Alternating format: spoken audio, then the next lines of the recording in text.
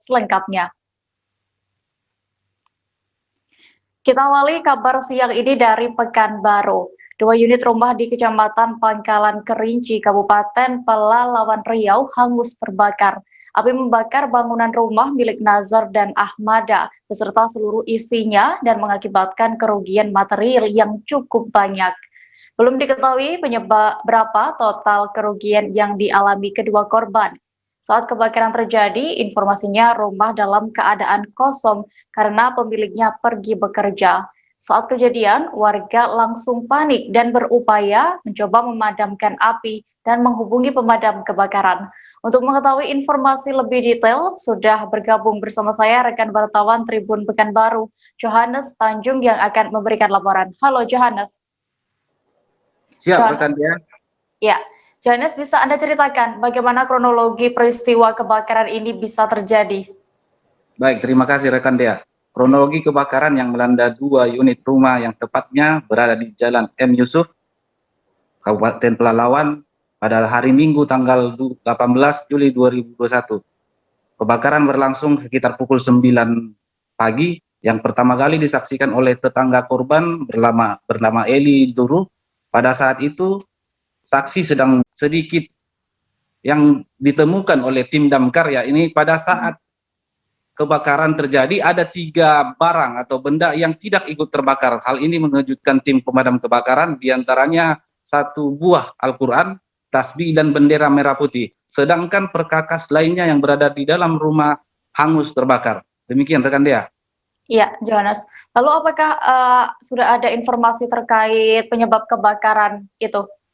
Sampai saat ini tim kepolisian Polres Pelalawan dan Polsek Pangkalan Kerinci sedang melakukan penyelidikan, tapi hal itu tetap dibuktikan melalui proses penyelidikan. Demikian rekan Dea. Ya, baik, terima kasih rekan wartawan Tribun Pekanbaru, Johannes Tanjung yang telah menyampaikan laporannya. Selamat kembali bertugas. Siap.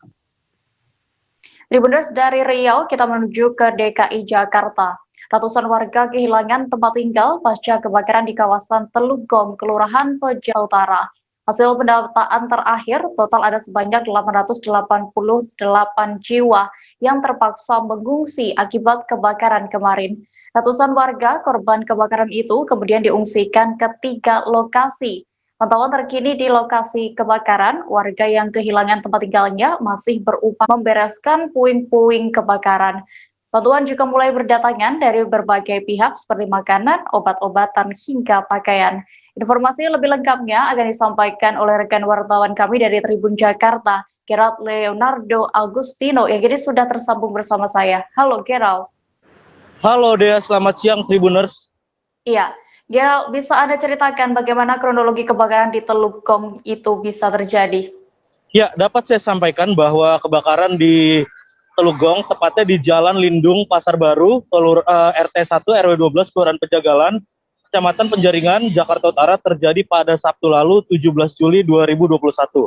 Kebakaran terjadi awalnya sekitar pukul 14.00 waktu Indonesia Barat dan dapat dipadamkan sekitar pukul 17.00 waktu Indonesia Barat. Pemadaman ini dilakukan dengan pengerahan 18 unit mobil pemadam kebakaran, di mana 14 diantaranya berasal dari pemadam kebakaran Jakarta Utara, sementara 4 lainnya berasal dari pemadam kebakaran Jakarta Barat. Dea. Iya, lalu berdasarkan data yang Anda peroleh di lapangan, berapa rumah dan berapa jiwa yang terdampak kebakaran tersebut, Gerald? Ya, berdasarkan data yang dapat saya dapatkan dari lapangan, total ada sedikitnya 400 rumah warga yang berada di Jalan Lindung Utara, RT 1 RW 12 Kelurahan Pejagalan, terdampak atau sebagian besar hangus terbakar dalam peristiwa Sabtu lalu. Di mana awalnya memang api diduga berasal dari korsleting listrik dari salah satu rumah, dan kemudian dengan cepat api menyambar, kemudian ditambah dengan adanya angin kencang sehingga kobaran api merembet ke rumah-rumah lainnya sehingga menyebabkan ratusan rumah terbakar. Nah, dari kebakaran ini hasil pendataan dari pengurus RT RW setempat serta pihak kelurahan didata ada sebanyak 888 jiwa yang terdampak kebakaran, di mana di antaranya adalah 462 laki-laki dan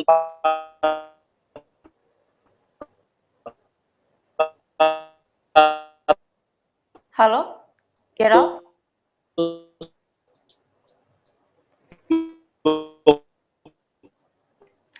Kira masih bisa mendengar saya?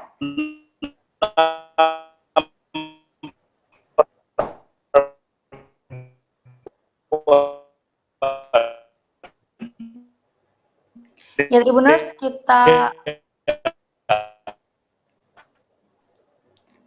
kita beralih ke kabar berikutnya. Pemberlakuan pembatasan kegiatan masyarakat atau PPKM Mikro di Sumatera Selatan segera berakhir pada 20 Juli 2021 mendatang. Gubernur Sumatera Selatan Herman Deru mengaku Pemprov Sumsel saat ini masih menunggu arahan dari Kemendagri untuk perpanjangan status PPKM. Melihat status COVID-19 yang terus menurun, pemerintah daerah enggan meningkatkan status Provinsi Sumsel dari PPKM Mikro ke PPKM Darurat. Selain itu, Deru juga enggan menerapkan PPKM darurat lantaran dapat memberikan beban kepada masyarakat kecil, terutama pada pelaku usaha mikro kecil dan menengah. Detail informasinya akan disampaikan langsung oleh rekan wartawan kami dari Sripoku, Odi Arya Saputra yang kini sudah bergabung bersama saya. Halo Odi. Halo Dea. Odi, bisa Anda jelaskan bagaimana penerapan PPKM Mikro di Palembang saat ini? Baik Dea. Nah, jadi sejak tanggal 6 Juli kemarin hingga besok maksud kami PPKM berstatus mikro diterapkan di Kota Palembang Dea. Ya, untuk perlakuannya sendiri PPKM Mikro di Kota Palembang berjalan dengan lancar tanpa adanya paksaan terhadap para pedagang ataupun konflik antar pedagang dengan petugas begitu ya. Iya. Odi, lalu di Palembang sendiri kapan PPKM Mikro ini akan berakhir? Ya, yang akan berakhir di Kota Palembang direncanakan akan berakhir pada 20 Juli atau besok. Ya, rencananya belum diketahui apakah diperpanjang atau tidak status PPKM Mikro ini karena masih menunggu dari arahan Kemendagri ya. Iya, lalu apakah ada rencana dari pemerintah untuk bisa meningkatkan status PPKM Mikro ini di Palembang menjadi PPKM darurat? Baik, Dea. Jadi menurut Gubernur Sumatera Selatan, status PPKM Mikro ini masih belum bisa ditingkatkan karena melihat kondisi COVID-19 di Kota Palembang yang saat ini terus melandai, sehingga belum ada wacana dari pemerintah daerah yang akan menaikkan status dari PPKM Mikro menjadi PPKM darurat, Dea. Iya, lalu Odi, apa alasan pemerintah enggan menerapkan status PPKM ini menjadi PPKM darurat? Baik dah, alasan pemerintah daerah enggan menaikkan status ini karena lantaran PPKM darurat dinilai sangat meresahkan para masyarakat kecil di mana aktivitas para pedagang maupun masyarakat kecil itu terganggu. Selain itu, status COVID-19 di Kota Palembang juga saat ini diklaim mengalami penurunan ya. Iya, baik. Odi dan Tribuners, dari rekan jurnalis kami sudah sempat melakukan wawancara bersama Gubernur Sumatera Selatan Herman Deru. Berikut hasil wawancara selengkapnya untuk Anda. Seluruh kendaraan, maka dimulailah dari kendaraan-kendaraan dinas para pejabat yang dipakai. Tapi untuk kendaraan masyarakat nanti akan ada petugas yang akan menempelnya. Untuk itu, mohon maaf jika nanti ada kendaraannya yang tanpa diketahui pemilik ditempel misalnya sedang parkir atau apa. Sebenarnya inilah ajakan ini. Jadi begitu. Terima kasih Pak Kapolda, Pak Pangdam, Pak Kasdam dan seluruh unsur yang sudah terlibat, khususnya jajaran Kemenhub dan Berganda. Demikian, terima kasih. Assalamualaikum warahmatullahi wabarakatuh. Pak, saat ini kan sudah dimulai PPKM ketat ya Pak ya. Tapi untuk kasus COVID per kemarin aja udah mendekati 1.000 Pak. Itu upaya dari kita gimana Pak? Tadi sudah saya sampaikan pagi hari dengan Pak Kapolda, kita harus ada dua sisi melihat ini dari dua perspektif. Satu perspektif kita Ketat, Pak. ya, kita untuk mem-PPKM itu dapat sekendak kita nunggu surat dari Mendagri. Ya. Palembang PPKM darurat belum ya Pak? Belum, tidak darurat. Kita turun, nggak pernah di darurat, kesian dengan uang ya. Beralih ke Jakarta Utara, ratusan warga kehilangan tempat tinggal pasca kebakaran di kawasan Telugong, Kelurahan Pejagalan, Penjaringan, Jakarta Utara. Hasil pendataan terakhir, total ada sebanyak 888 jiwa yang terpaksa mengungsi akibat kebakaran.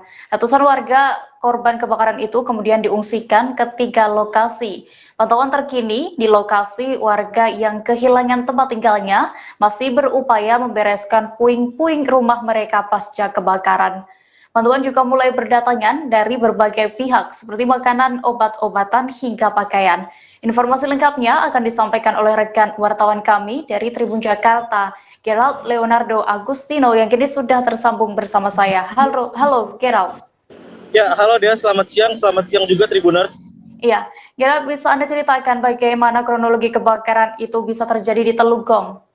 Ya, dapat saya sampaikan bahwa kebakaran di Teluk Gong, tepatnya di Jalan Lindung Pasar Baru, RT 1 RW 12 Kelurahan Penjagalan, Penjaringan, Jakarta Utara, terjadi pada Sabtu 17 Juli 2021 lalu, sekitar pukul 14.00 waktu Indonesia Barat.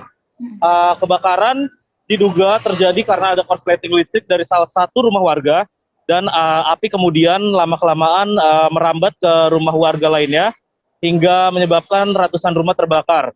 Di mana kebakaran akhirnya dapat dipadamkan sekitar pukul 17.00 waktu Indonesia Barat dengan pengerahan 18 unit mobil pemadam kebakaran dari Sudin Gulkarmat Jakarta Utara dan Jakarta Barat. Dea.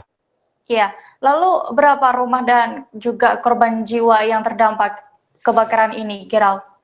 Ya, berdasarkan data terakhir yang saya dapatkan dari lapangan, ada sekitar 400 sampai 500 rumah warga yang terdampak maupun hangus terbakar akibat peristiwa Sabtu lalu, di mana total jumlah jiwa yang terdampak yang terpaksa kehilangan tempat tinggalnya sebanyak 888 orang, yang terdiri dari 462 laki-laki dan 426 perempuan. Dea. Ya, lalu Gerald, seperti apa kondisi para warga yang terdampak kebakaran saat ini? Ya, terakhir saya ke lokasi itu ratusan warga yang terdampak kebakaran saat ini sudah diungsikan oleh pengurus RT RW maupun pihak kelurahan setempat. Di sekitar lokasi kebakaran sendiri ada 3 titik pengungsian, di mana yang pertama ada di sekitaran Jalan Lindung Pasar Baru, di mana di sana ada sejumlah tenda yang didirikan pengurus RT RW setempat serta para relawan. Kemudian titik pengungsian kedua berada di pos RW 12 Kelurahan Penjagalan, sementara titik pengungsian ketiga berada di Kelurahan Penjagalan, tepatnya di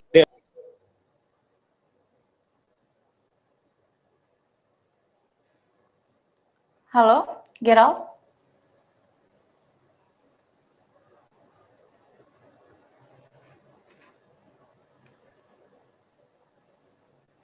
Halo, Gerald? Bisa mendengar saya?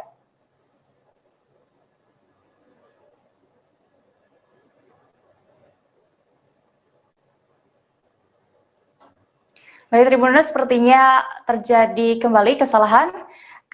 Dan kami akan kembali lagi seusai jeda sejenak, tetaplah di live update. Oke, apa kabar Bang Arief di sini untuk strateginya?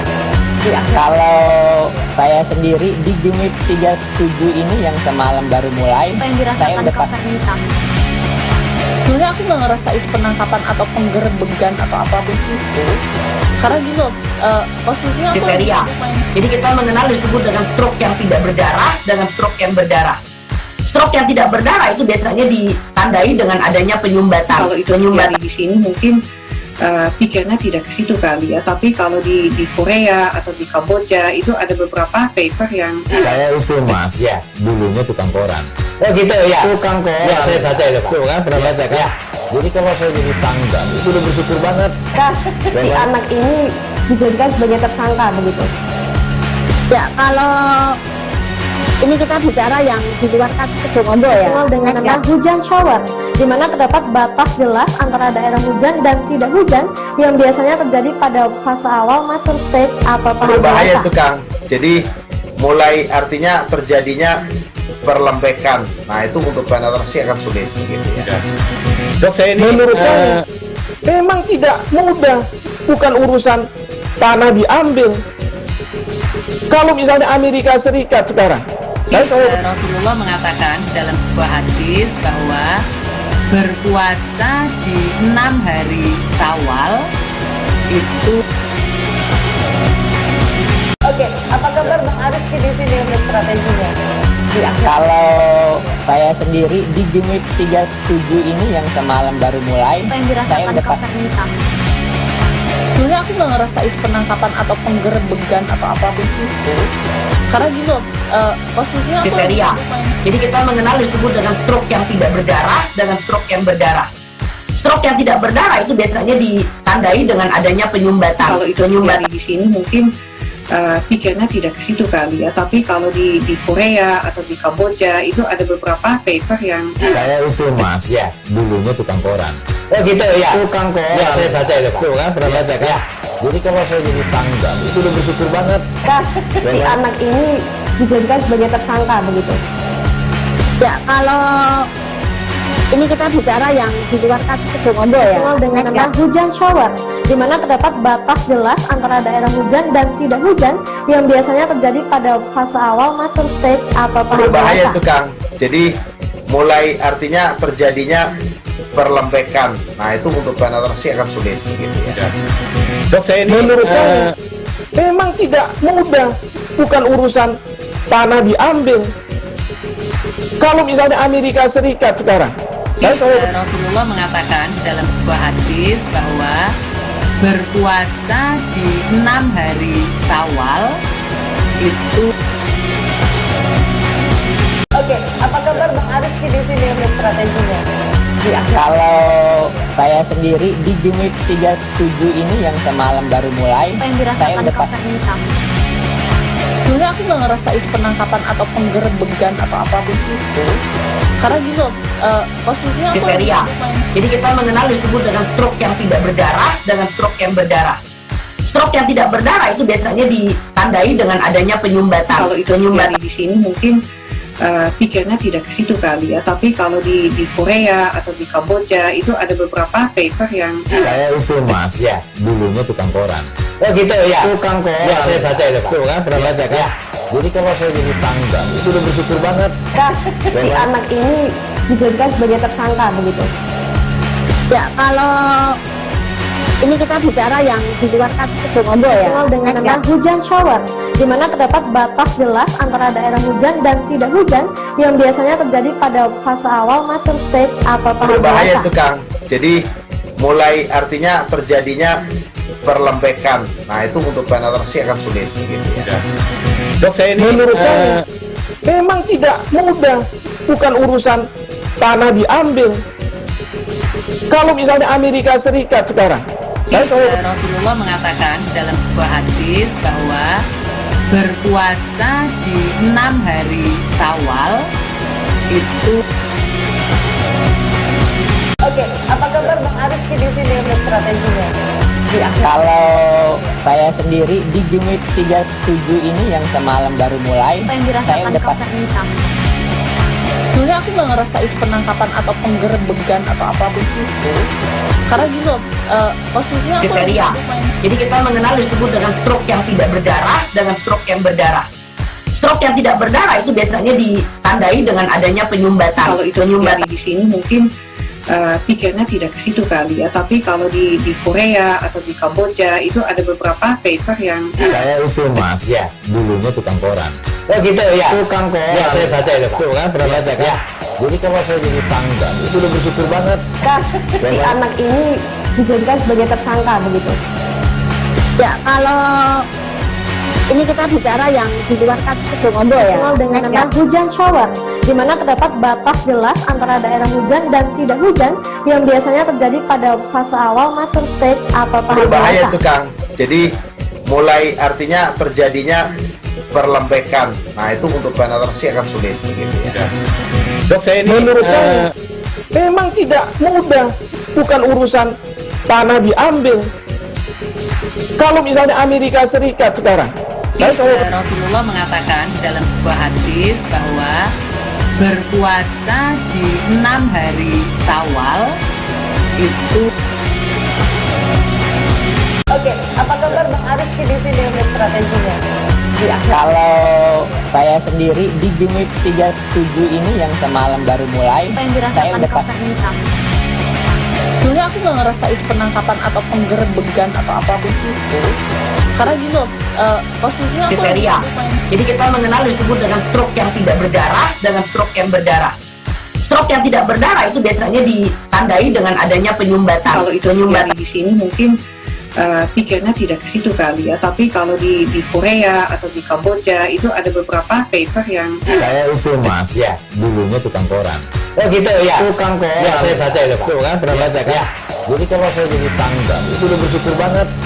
Si anak ini dijadikan sebagai tersangka begitu. Ya kalau ini kita bicara yang di luar kasus Situbondo ya, dengan nama hujan shower, di mana terdapat batas jelas antara daerah hujan dan tidak hujan yang biasanya terjadi pada fase awal mature stage atau tahap Berbahaya dewasa. itu Kang. Jadi mulai artinya terjadinya perlembekan. Nah itu untuk penetrasi akan sulit gitu ya. Dok, saya ini menurut saya memang tidak mudah, bukan urusan tanah diambil. Kalau misalnya Amerika Serikat sekarang, Rasulullah mengatakan dalam sebuah hadis bahwa berpuasa di 6 hari Syawal itu. Oke, apa kabar Bang Arif di sini untuk strateginya? Kalau saya sendiri di Jumit 37 ini yang semalam baru mulai, saya udah pas. Sebenarnya aku nggak ngerasa itu penangkapan atau penggerebegan atau apapun itu, karena gini loh, posisinya aku Kriteria. Jadi kita mengenal disebut dengan stroke yang tidak berdarah dengan stroke yang berdarah. Stroke yang tidak berdarah itu biasanya ditandai dengan adanya penyumbatan. Kalau itu penyumbatan di sini mungkin pikirnya tidak ke situ kali ya, tapi kalau di Korea atau di Kamboja itu ada beberapa paper yang saya itu mas, ya dulunya tukang koran. Oh gitu ya. Tukang koran. Ya saya baca itu Pak. Tuh kan pernah baca kan? Ya. Jadi kalau saya jadi tanggal itu udah bersyukur banget. Si anak ini dijadikan sebagai tersangka begitu. Ya kalau ini kita bicara yang di luar kasus Situbondo ya, dengan nama hujan shower, di mana terdapat batas jelas antara daerah hujan dan tidak hujan yang biasanya terjadi pada fase awal mature stage atau tahap Berbahaya dewasa. itu Kang. Jadi mulai artinya terjadinya perlembekan. Nah itu untuk penetrasi akan sulit gitu ya. Dok, saya ini menurut saya memang tidak mudah, bukan urusan tanah diambil. Kalau misalnya Amerika Serikat sekarang, Rasulullah mengatakan dalam sebuah hadis bahwa berpuasa di 6 hari Syawal itu. Oke, apa kabar Bang Arif di sini untuk strateginya? Kalau saya sendiri di Jumit 37 ini yang semalam baru mulai, saya udah pas. Sebenarnya aku nggak ngerasa itu penangkapan atau penggerebegan atau apapun itu, karena gini loh, posisinya aku Kriteria. Jadi kita mengenal disebut dengan stroke yang tidak berdarah dengan stroke yang berdarah. Stroke yang tidak berdarah itu biasanya ditandai dengan adanya penyumbatan. Kalau itu penyumbatan di sini mungkin pikirnya tidak ke situ kali ya, tapi kalau di Korea atau di Kamboja itu ada beberapa paper yang Saya itu mas, ya dulunya tukang koran. Oh gitu ya. Tukang koran. Ya saya baca itu Pak. Tuh kan pernah baca kan? Ya. Jadi kalau saya jadi tanggal itu udah bersyukur banget. Si anak ini dijadikan sebagai tersangka begitu. Ya kalau ini kita bicara yang di luar kasus Situbondo ya, dengan nama hujan shower, di mana terdapat batas jelas antara daerah hujan dan tidak hujan yang biasanya terjadi pada fase awal mature stage atau tahap Berbahaya dewasa. itu Kang. Jadi mulai artinya terjadinya perlembekan. Nah itu untuk penetrasi akan sulit gitu ya. Dok, saya ini menurut saya memang tidak mudah, bukan urusan tanah diambil. Kalau misalnya Amerika Serikat sekarang, Rasulullah mengatakan dalam sebuah hadis bahwa berpuasa di 6 hari Syawal itu. Oke, apa kabar Bang Arif di sini untuk strateginya? Kalau saya sendiri di Jumit 37 ini yang semalam baru mulai, saya udah pas. Sebenarnya aku nggak ngerasa itu penangkapan atau penggerebegan atau apapun itu, karena gini loh, posisinya aku Kriteria. Jadi kita mengenal disebut dengan stroke yang tidak berdarah dengan stroke yang berdarah. Stroke yang tidak berdarah itu biasanya ditandai dengan adanya penyumbatan. Kalau itu penyumbatan di sini mungkin pikirnya tidak ke situ kali ya, tapi kalau di Korea atau di Kamboja itu ada beberapa paper yang Saya itu mas, ya dulunya tukang koran. Oh gitu ya. Tukang koran. Ya saya baca itu Pak. Tuh kan pernah baca kan? Ya. Jadi kalau saya jadi tanggal itu udah bersyukur banget. Si anak ini dijadikan sebagai tersangka begitu. Ya, kalau ini kita bicara yang di luar kasus Situbondo ya, dengan nama hujan shower, di mana terdapat batas jelas antara daerah hujan dan tidak hujan yang biasanya terjadi pada fase awal mature stage atau tahap berbahaya itu Kang. Jadi mulai artinya terjadinya perlembekan. Nah itu untuk penetrasi akan sulit. Terima kasih Anda masih menyaksikan live update tribunnews.com. Kabar berikutnya datang dari Medan, Tribuners. Puluhan jamaah Tarekat Naqsabandiyah melaksanakan ibadah sholat Idul Adha pada hari ini Senin 19 Juli 2021. Terlihat puluhan orang berduyun-duyun memasuki aula gedung yang berada di lantai 2 Pondok Pesantren Darus Sofa, Desa Maridal, Kecamatan Patumba, Kabupaten Deli Serdang. Informasi yang didapat, salat Idul Adha dilaksanakan lebih awal dari keputusan pemerintah, lantaran sudah menjadi keputusan pimpinan pusat Tarekat. Pelaksanaan sholat hari ini pun dilakukan secara terbatas mengikuti anjuran pemerintah soal PPKM darurat. Untuk mengetahui informasi lebih detailnya, sudah bergabung bersama saya, rekan wartawan Tribun Medan, Freddy, yang akan memberikan laporan. Halo Freddy. Ya, halo Dea. Freddy, bisa Anda jelaskan bagaimana pelaksanaan sholat Idul Adha yang dilakukan lebih awal ini oleh Tarekat Naqsabandiyah di Medan, Sumatera Utara? Ya, baik Dea dan juga pemirsa. Jadi tadi pagi Tarekat Naqsabandiyah itu melakukan sholat Idul Adha lebih awal karena memang sudah menjadi keputusan dari Dewan Pimpinan Pusat Tarekat Naqsabandiyah yang sudah melihat memantau lebih dahulu bahwa hari raya Idul Adha itu jatuh pada hari Senin tanggal 19 bulan Juli tahun 2021, tepatan pada hari ini. Jadi tadi proses pelaksanaan sholat Idul Adha itu dilakukan secara terbatas oleh jemaah Tarekat Naqsabandiyah karena memang biasanya mereka itu berkumpul pada beberapa tempat yakni di Medan dan juga di Simalungun. Jadi tadi itu hanya dihadiri oleh puluhan jemaah dari Medan, Langkat dan juga Kabupaten Deli Serdang, dan keterbatasan itu juga mengikuti aturan PPKM darurat yang diberlakukan oleh Pemko Medan sendiri selama beberapa hari ini, sehingga ibadah sholat Idul Adha pada pagi yang dilaksanakan pada jam 7 pagi tadi itu dilakukan secara terbatas dan dibagi dalam 2 ruangan, yakni di ruangan pertama itu adalah saf laki-laki dan berbatasan tembok, ruangan kedua itu diisi oleh saf perempuan. Ya, Freddy. Ya, Freddy, lalu apa saja rangkaian perayaan Hari Raya Idul Adha tahun ini di Medan? Ya, jadi Dea dan juga pemirsa, Tarekat Naqsabandiyah itu melakukan beberapa rangkaian untuk dalam menyambut Hari Raya Idul Adha yang dijatuh pada hari Senin 19 Juli tahun 2021 ini. Mereka itu selain mengadakan sholat Idul Adha berjamaah, juga mereka tadi pada hari ini juga melakukan kurban 3 ekor kambing dan juga 1 ekor sapi.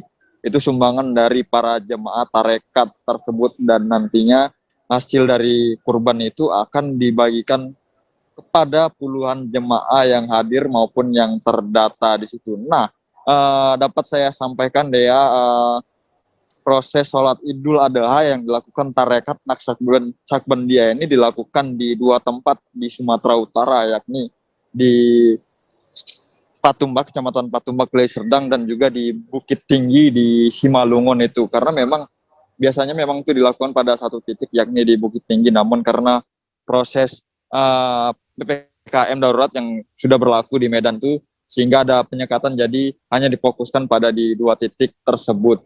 Karena memang di beberapa wilayah itu seperti di Langkat maupun Medan itu memang ada penyekatan sehingga tidak bisa masuk ke wilayah-wilayah yang sudah ditentukan. Jadi ada pembagian wilayah begitu. Jadi sampai siang ini juga para tarekat, jamaah tarekat juga masih melakukan proses kurban, ya ini lagi memotong-motong daging yang nantinya akan dibagikan itu.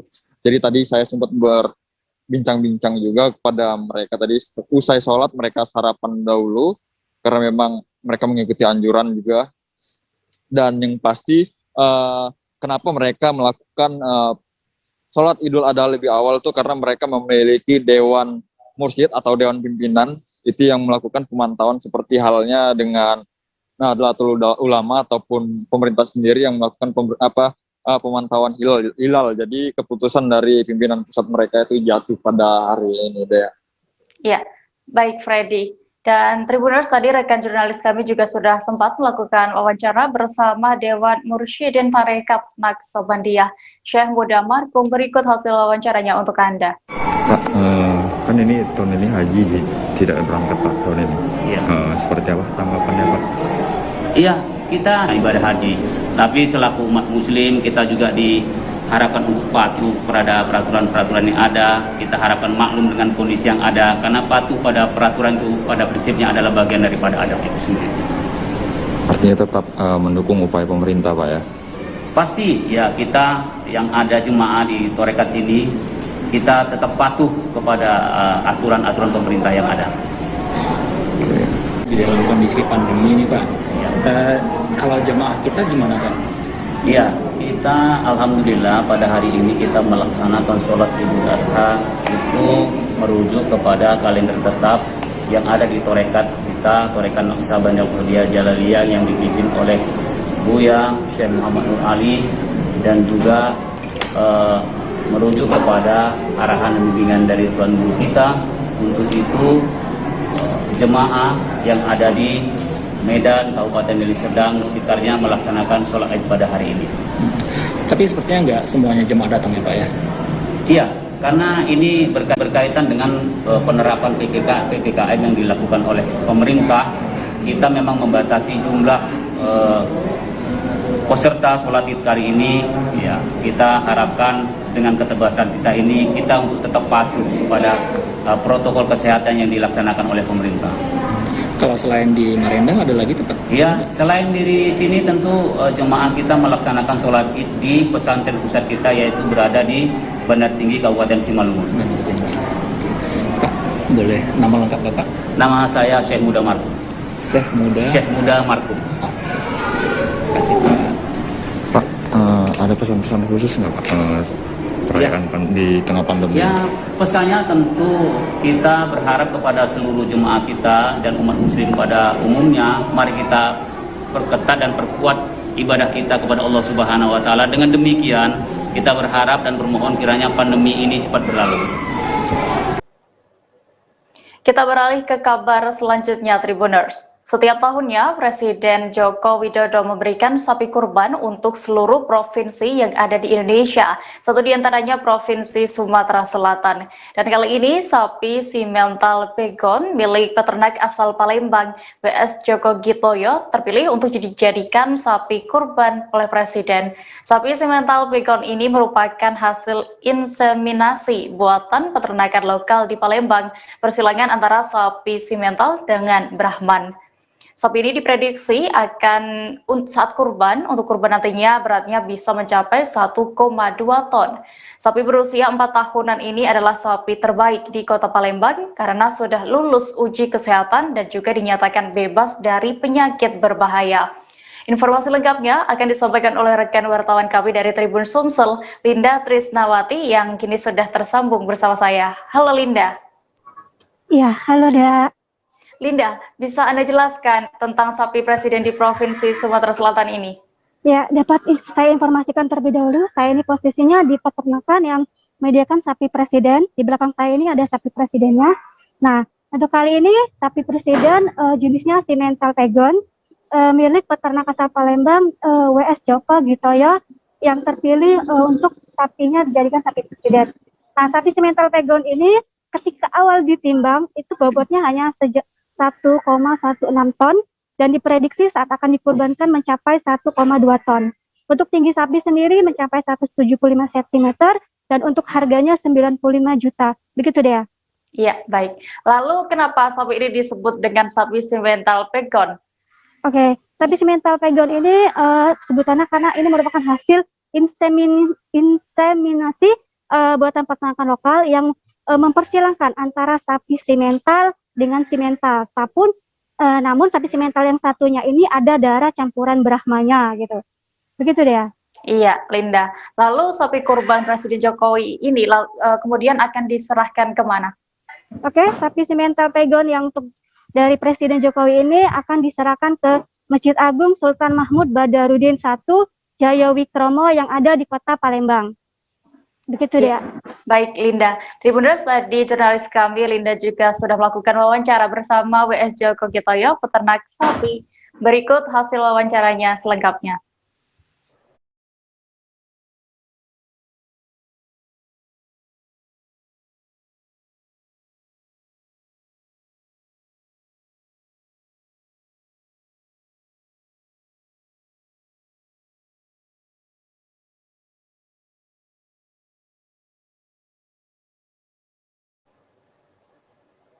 Kita menuju berita berikutnya. Hari Raya Idul Adha 10 Zulhijjah 1442 Hijriah jatuh pada hari Selasa 20 Juli 2021 besok. Hari ini terpantau masyarakat Kota Kendari tampak banyak yang mulai mendatangi pasar. Masyarakat memborong bahan dan bumbu masakan untuk hidangan yang akan disajikan di Hari Raya. Detail informasinya akan disampaikan langsung oleh rekan wartawan kami dari Tribun. Ya, Amelda, bisa Anda jelaskan bagaimana kondisi pasar yang ada di Kota Kendari saat ini menjelang Hari Raya Idul Adha? Baik dia, perlu saya informasikan dahulu, saat ini saya berada di Pasar Andonogu di Jalan Bunggas, Kelurahan Kecamatan Puasia, Kota Kendari. Nah, seperti yang tampak saat ini di belakang saya hingga pukul 2:11 waktu Indonesia Tenggara, masyarakat terus memadati pasar, dan berdasarkan pantauan kami sejak pagi tadi pukul 7 pagi waktu Indonesia Tenggara, pasar juga sudah mulai dipadati beberapa warga, dan terpantau mereka itu memborong bumbu-bumbu masakan untuk masakan di Hari Raya, berborong juga ketupat seperti ketupat yang kita ketahui sebagai pelengkap hidangan di Hari Raya. Seperti itu dia. Iya, Amelda. Lalu menjelang Hari Raya Idul Adha ini apakah menyebabkan harga-harga bahan-bahan pokok di pasar di sana mengalami kenaikan? Berdasarkan hasil survei kami di beberapa pasar, tadi kami melakukan survei di 3 pasar di Kota Kendari. Yang pertama di Pasar Andonogu, kemudian di Pasar Panjang, dan di Pasar Baruga yang ada di Kecamatan Baruga. Ketiganya itu mengalami kenaikan pada harga-harga bahan tambahan makanan dan bumbu-bumbu dapur. Nah, untuk diketahui, harga cabai sendiri, mulai dari cabai rawit, cabai merah, cabai besar, dan cabai keriting itu mengalami kenaikan mengalami kenaikan 10.000 hingga 15.000 per kilonya. Jadi misalnya seperti harga cabai keriting mengalami kenaikan dari harga 30.000 menjadi 45.000 per kilonya. Kemudian bahan lainnya seperti kentang dan wortel sebagai bahan pelengkap juga, yang biasa masyarakat sini tuh sering memasaknya menjadikan semur daging.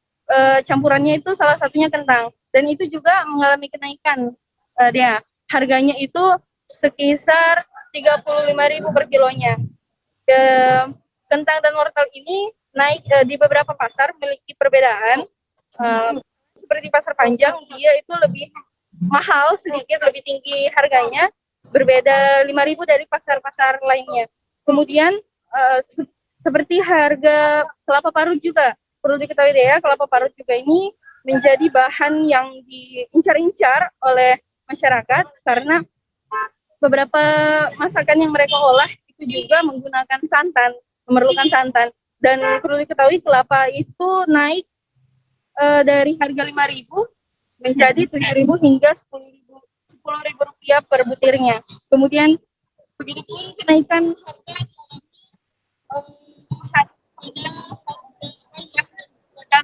harga naiknya itu sekitar 15.000 hingga 20.000 per kilogramnya. Misalnya saya seperti daging sapi di Pasar Panjang itu dijual dengan harga 140.000 rupiah per kilonya.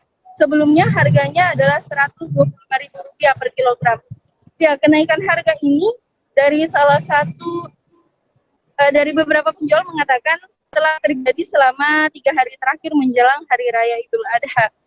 Tetapi harga-harga sayur untuk khusus untuk harga sayurnya sendiri itu telah mengalami kenaikan sejak musim penghujan. Seperti itu dia.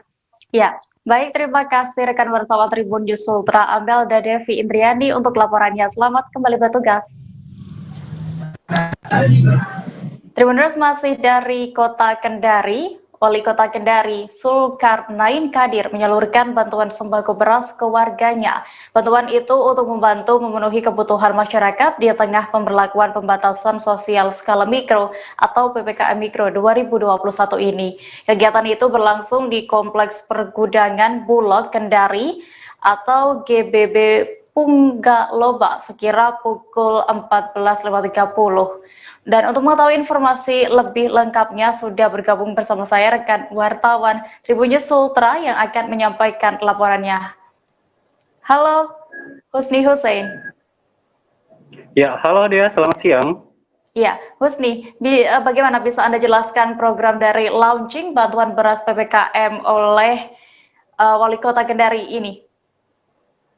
Ya, Dea, dapat saya kabarkan Wali Kota Kendari Zulkarnain Kadir memimpin launching bantuan beras di mana sebagai bentuk bagian dari kebijakan pemberlakuan pembatasan kegiatan masyarakat atau PPKM Mikro di Kota Kendari, Dea.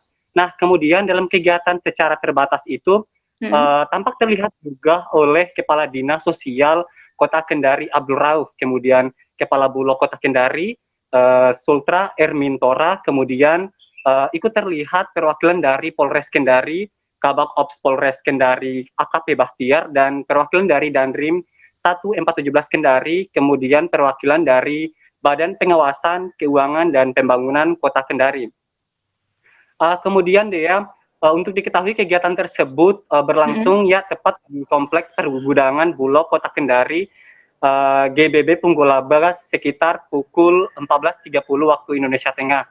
Kemudian Dea dalam sambutannya kemarin Pak Wali Kota Zulkarnain Kadir mengatakan kebijakan PPKM darurat yang berlangsung di Kota Kendari itu diambil oleh pemerintah berdasarkan data dari kondisi yang ada di lapangan saat ini di Kota Kendari. Kemudian kesempatan yang sama ia berharap agar dengan kondisi yang sulit dirasakan oleh masyarakat Kota Kendari dapat saling bahu-membahu menyalurkan bantuan. Seperti itu, Dea. Iya, baik Husni. Lalu berapa kepala keluarga yang menerima bantuan beras tersebut? Ya, Dea. Sekitar ya Dea, usai kegiatan berlangsung, orang nomor 1 di Kota Kendari itu langsung mendistribusikan bantuan beras bagi keluarga penerima manfaat program Keluarga Harapan atau PKH. Kemudian bantuan itu juga berupa bantuan sosial tunai atau BTS selama pemberlakuan pembatasan PPKM Mikro di Kota Kendari. Tepatnya di Kelurahan Benu-Benua, Kecamatan Kendari Barat, Kota Kendari, Sulawesi Tenggara. Nah, bantuan tersebut diperuntukkan bagi warga yang membutuhkan beras tersebut dari update selama pandemi COVID-19 berlangsung di Kota Kendari khususnya. Kemudian dari hasil wawancara kami kemarin itu sebanyak 21.900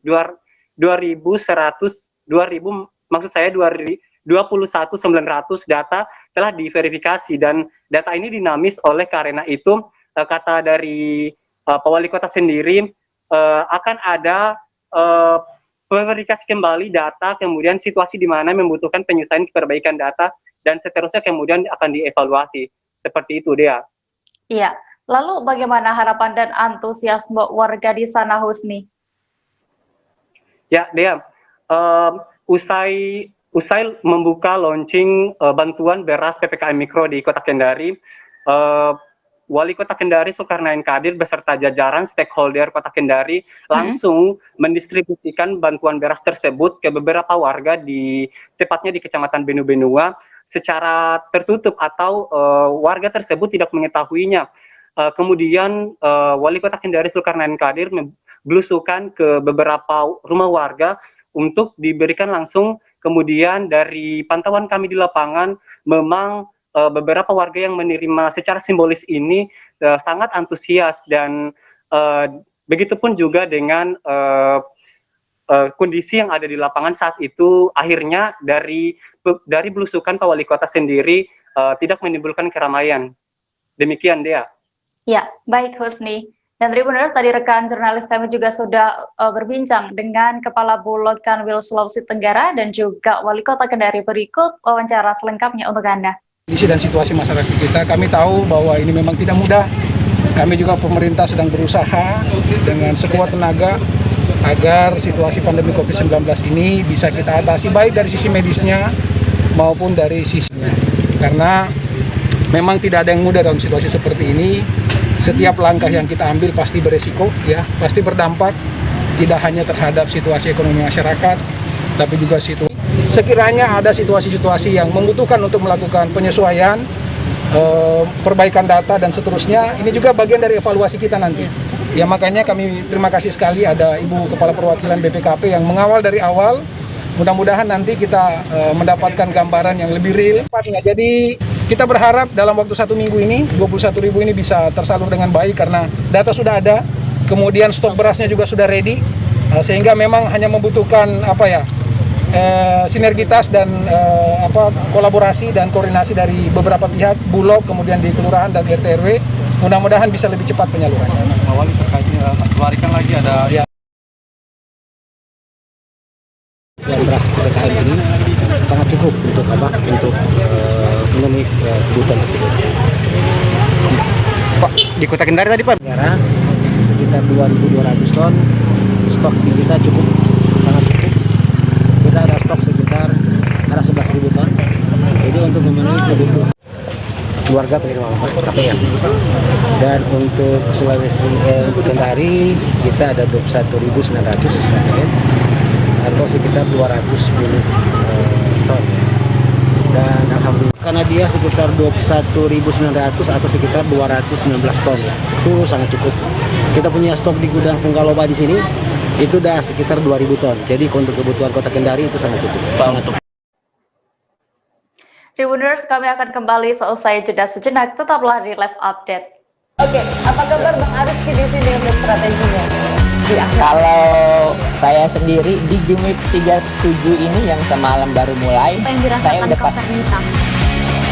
sebenarnya aku nggak ngerasa itu penangkapan atau penggerebegan atau apapun itu, karena gini loh, posisinya kriteria. Jadi kita mengenal disebut dengan stroke yang tidak berdarah dengan stroke yang berdarah. Stroke yang tidak berdarah itu biasanya ditandai dengan adanya penyumbatan. Sebenarnya aku nggak ngerasa itu penangkapan atau penggerebegan atau apapun itu, karena gini loh, posisinya kriteria. Jadi kita mengenal disebut dengan stroke yang tidak berdarah dengan stroke yang berdarah.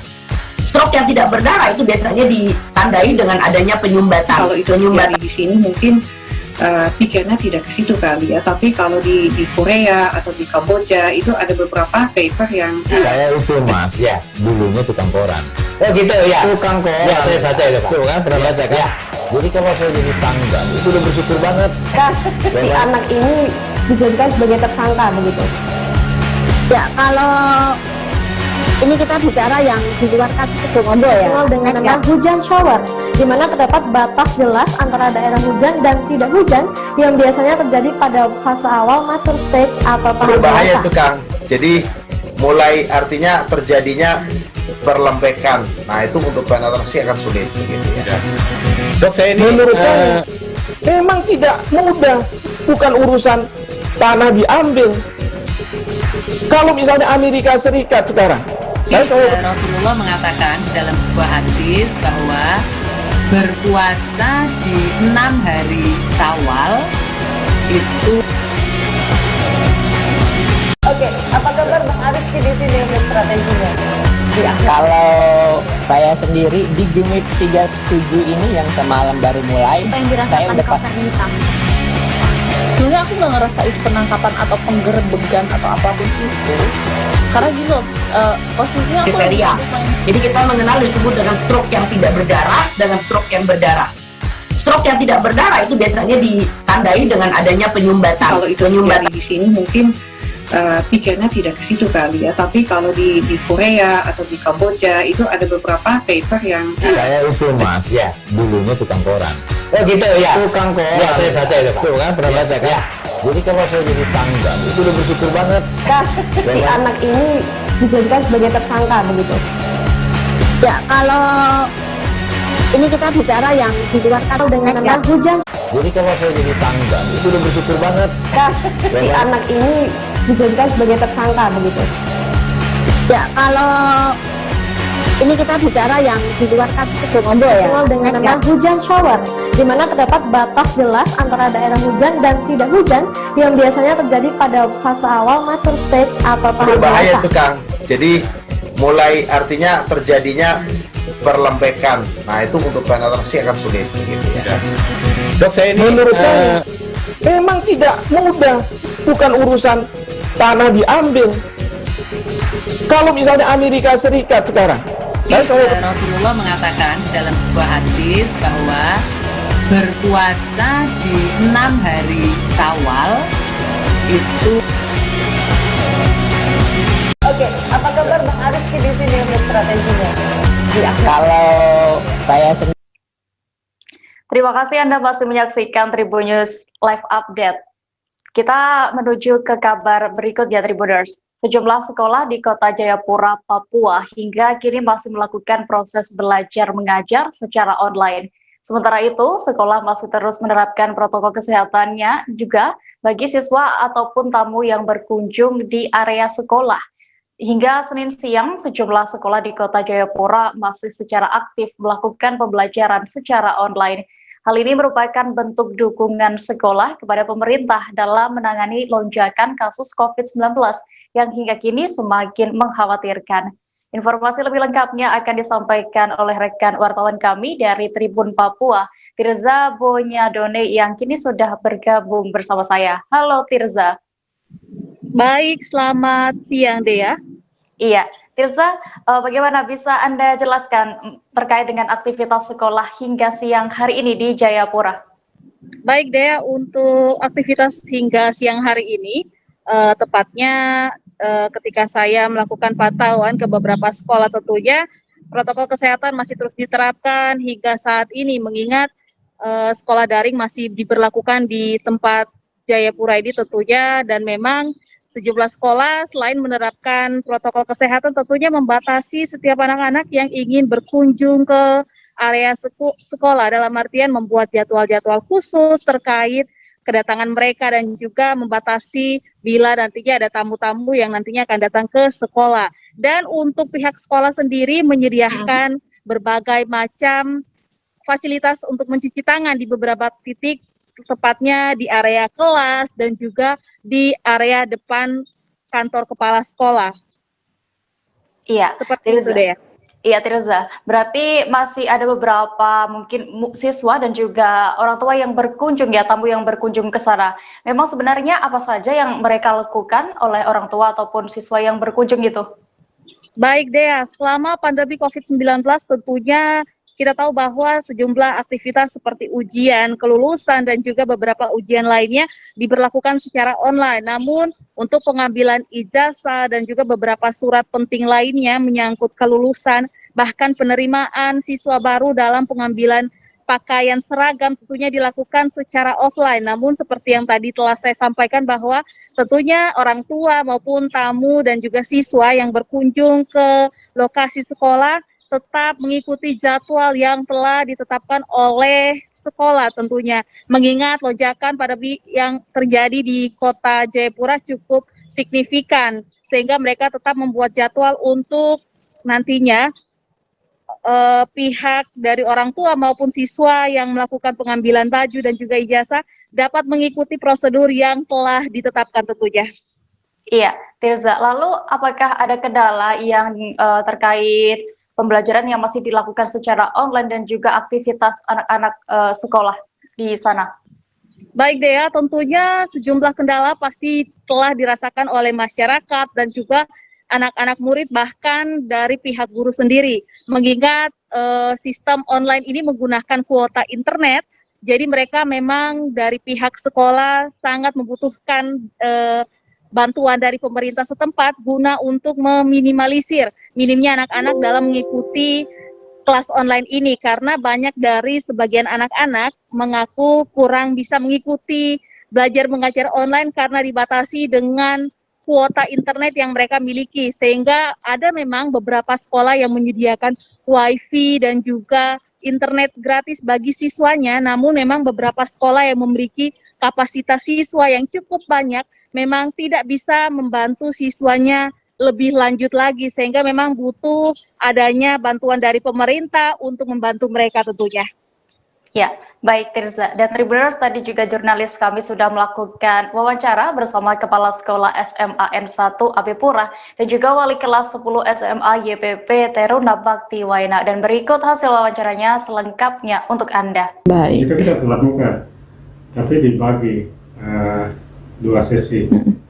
Tiap kelas itu kita bagi menjadi 18 ruang, 18 peserta didik dengan 27 ruang yang kita siapkan, sehingga pada saat itu ya kelas 12 itu sudah selesai ujian, jadi masih bisa kelas 10-nya pagi pelaksanaan ujiannya, kemudian kelas 11-nya siang dengan masing-masing 18 orang per ruang dari sebanyak 27 ruang yang kita siapkan.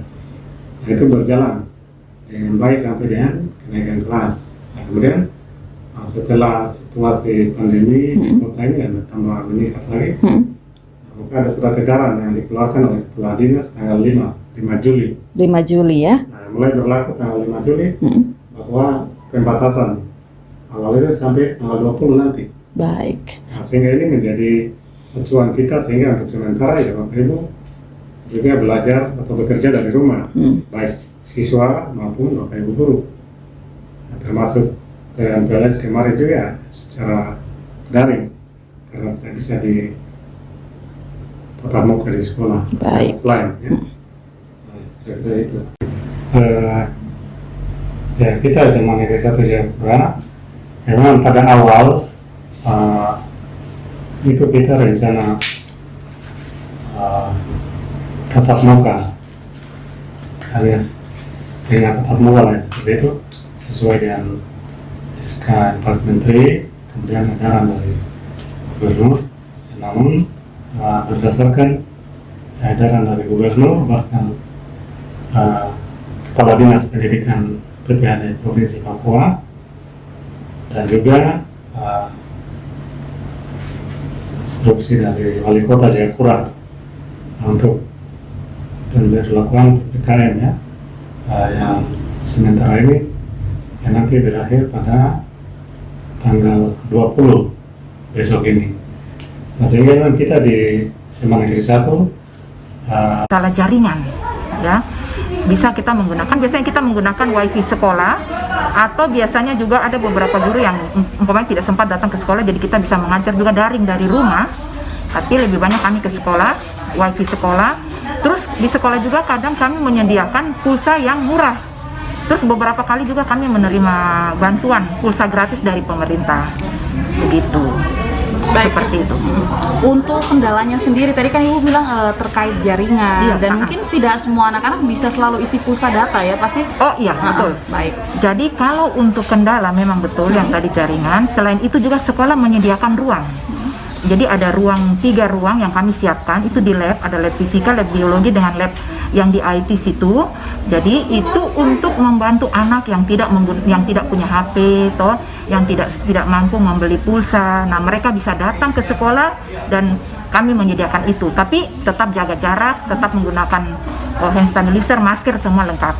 Dan ada guru-guru yang ada 1-2 guru yang memantau di situ.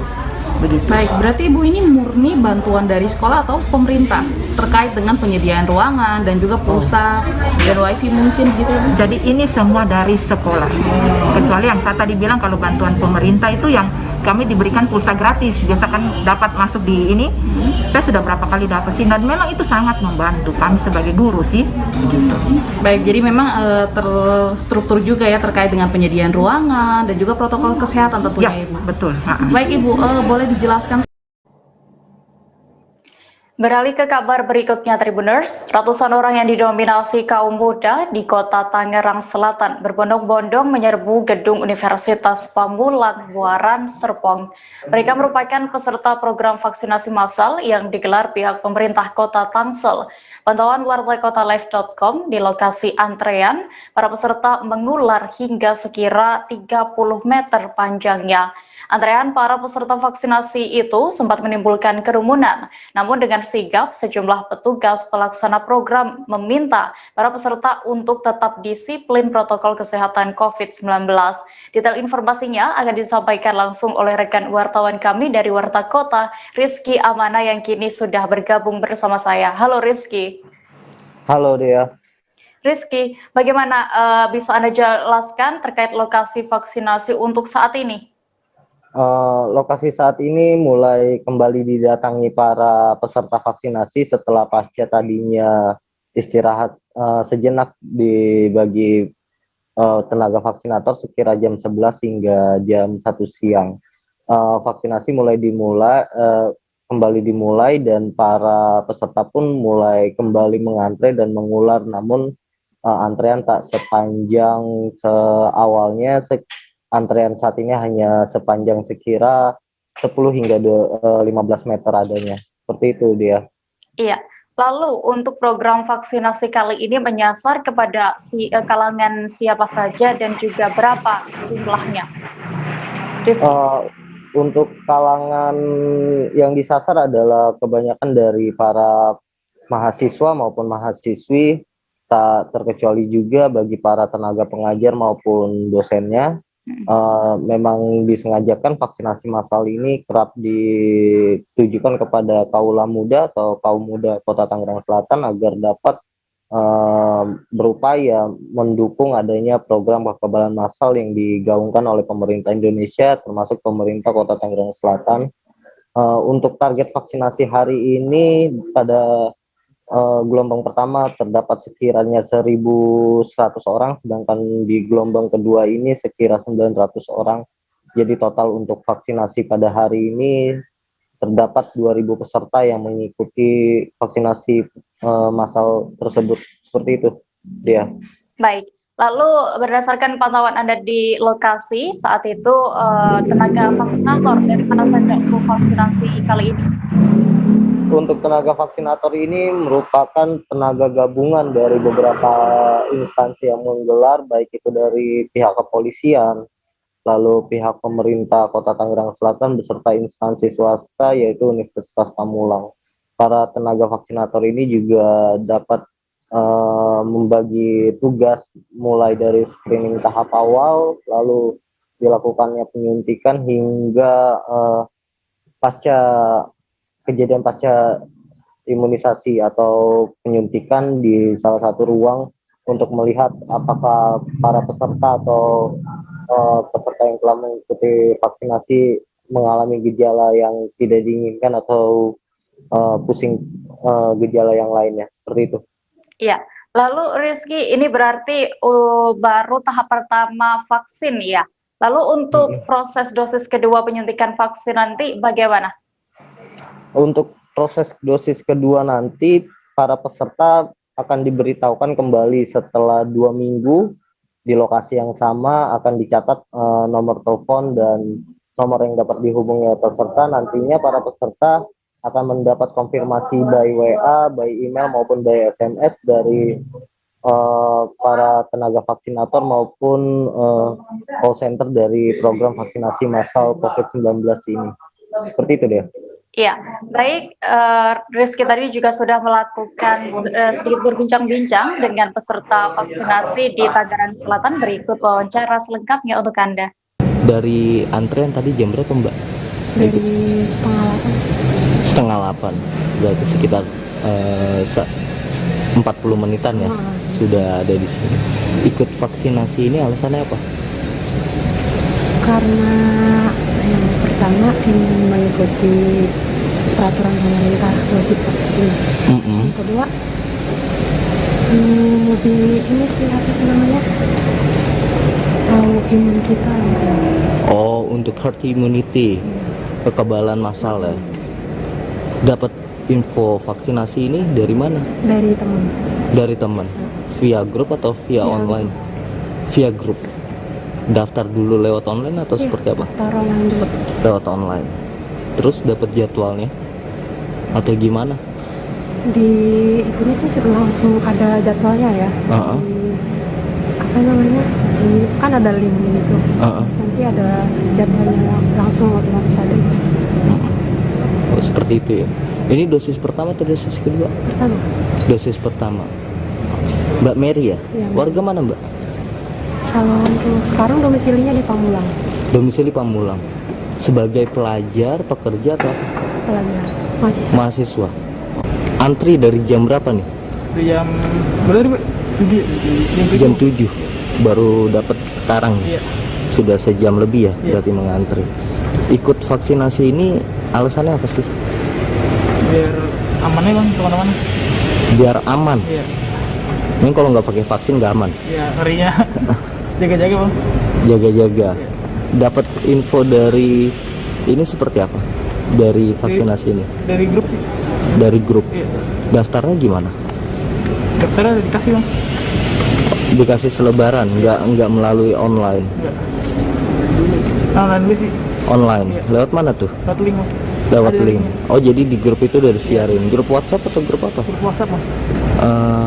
Masnya sendiri sebagai pekerja atau mahasiswa? Mahasiswa. Mahasiswa. Oh. Jadi ngikutin vaksinasi ini untuk lebih menjaga-jaga ya, menjaga-jaga dari virus corona. Oke. Biar lebih aman bang. Siap.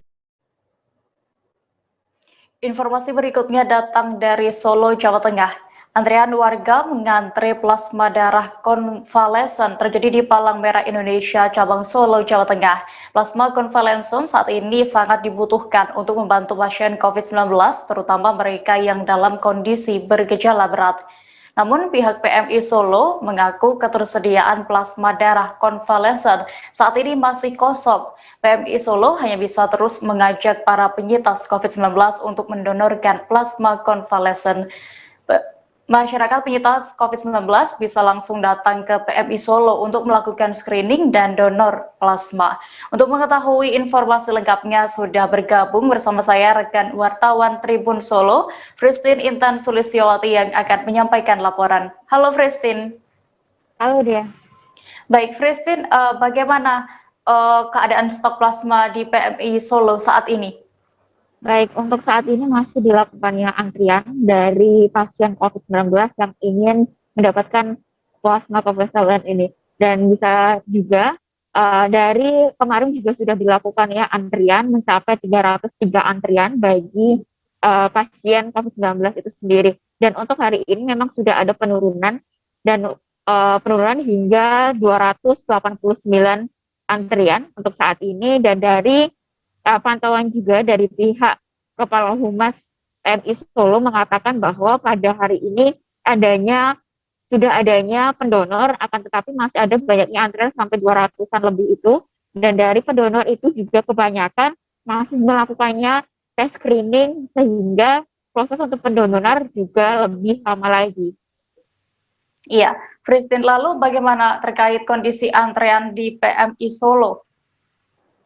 Baik, untuk kondisinya sampai saat ini aman terkondisikan, mengingat untuk yang mengantri hanya dari keluarga pasien itu sendiri, dari keluarga pasien mendatangi dari kantor PMI Kota Solo dan melakukan pendataan terlebih dahulu. Setelah melakukan pendataan dari PMI Kota Solo menyatakan ataupun melakukan antrian itu sendiri akan tetapi dari pasien ataupun dari keluarga pasien ingin ataupun sudah memiliki calon pendonor sendiri bisa langsung terfasilitasi. Namun apabila dari pendonor ataupun dari pasien itu sendiri tidak memiliki pendonor, sehingga harus mengantri lewat jalur yang sudah disiapkan oleh PMI itu sendiri untuk hari ini mencapai 289 itu. Iya, Fristin, lalu apa upaya yang sudah dilakukan oleh pihak PMI Solo untuk memenuhi kebutuhan plasma konvalesen? Baik, untuk dari PMI Kota Solo juga sudah melakukannya sosialisasi kepada penyintas COVID-19 yang ada di Kota Solo, mengingat juga tingkat penyintas Kota Solo juga banyak, sehingga melakukannya dengan ajakan melalui media sosial ataupun secara face to face, secara langsung. Namun karena adanya kendala saat proses screening ataupun proses pengajakan yang menurut dari pasien itu sendiri merasa takut bagaimana nantinya akan dilakukannya donor plasma ini, sehingga dari pihak PMI juga sedikit kesulitan untuk merayu dan mengajak dari peserta itu sendiri. Iya, baik, terima kasih Christine Intan, jurnalis Tribun Solo untuk laporannya. Selamat kembali bertugas. Dari Solo kita beralih ke Banten, Tribuners. Pemerintah Provinsi Banten menerima bantuan pasokan oksigen sebanyak 120 ton dari PT Chandra Asri selama 2 bulan ke depan. Pengisian tabung gas ini dilakukan di PT Utama Gas Multi Perkasa secara gratis. Penyerahan bantuan ini kemudian dilakukan secara simbolis oleh PT Chandra Asri bersama Gubernur Banten. Bantuan pengisian tabung gas oksigen itu dikhususkan untuk semua masyarakat Banten yang saat ini sedang dirawat di rumah sakit yang dikelola oleh Arsada. Untuk mengetahui informasi lengkapnya, sudah bergabung bersama saya rekan wartawan Tribun Banten, Tajudin, yang akan menyampaikan laporan. Halo Tajudin. Ya, halo. Tajudin, untuk terkait Pemprov Banten ini ya mendapatkan bantuan pengisian tabung oksigen dari mana dan berapa jumlah tepatnya? Baik Dia, ini dari Pemprov Banten sendiri hari ini mendapatkan bantuan oksigen sebanyak 120 ton oksigen yang diperoleh dari PT Chandra Asri, di mana penyerahan ini dilakukan melalui Zoom meeting dilakukan langsung oleh Gubernur Banten Pak Wahidin Halim. Iya, lalu bagaimana dengan agenda Gubernur Banten dalam peninjauan pengisian tabung gas di Banten ini? Iya, seharusnya pagi tadi pada hari ini agenda Gubernur Banten meninjau langsung pengisian tabung oksigen di PT Utama Multi Gas yang ada di Kota Serang. Namun agenda tersebut tidak jadi, di mana dengan adanya PPKM darurat ini sehingga Gubernur Banten mencoba untuk menghindari kerumunan sehingga tidak bisa hadir di acara tersebut, sehingga kemudian dilakukan secara online atau melalui Zoom meeting. Iya, lalu bagaimana proses pendistribusian gas oksigen ini nantinya kepada masyarakat, Tajudin? Iya, dari bantuan sebanyak 120 ton oksigen ini rencananya akan diberikan selama 2 bulan di beberapa rumah sakit yang sudah bekerja sama dengan pemerintah daerah, atau lebih khususnya bantuan ini dikhususkan untuk rumah sakit yang berada di seluruh daerah yang ada di Provinsi Banten, yang mana dari 8 kabupaten kota yang ada di Provinsi Banten ada sebanyak 14 rumah sakit daerah yang nantinya akan diberikan bantuan oksigen dari PT Chandra Asri ini. Ya, baik, terima kasih rekan jurnalis Tribun Banten Tajudin untuk laporannya. Selamat kembali bertugas. Tribuners, informasi tadi sekaligus menutup perjumpaan kita dalam live update hari ini. Masih di tengah pandemi, kami kembali mengingatkan kepada Anda untuk selalu menerapkan protokol kesehatan dimanapun berada. Saya Diamita beserta kru yang bertugas pamit. Terima kasih dan sampai jumpa. Jangan lupa like, subscribe, dan share ya.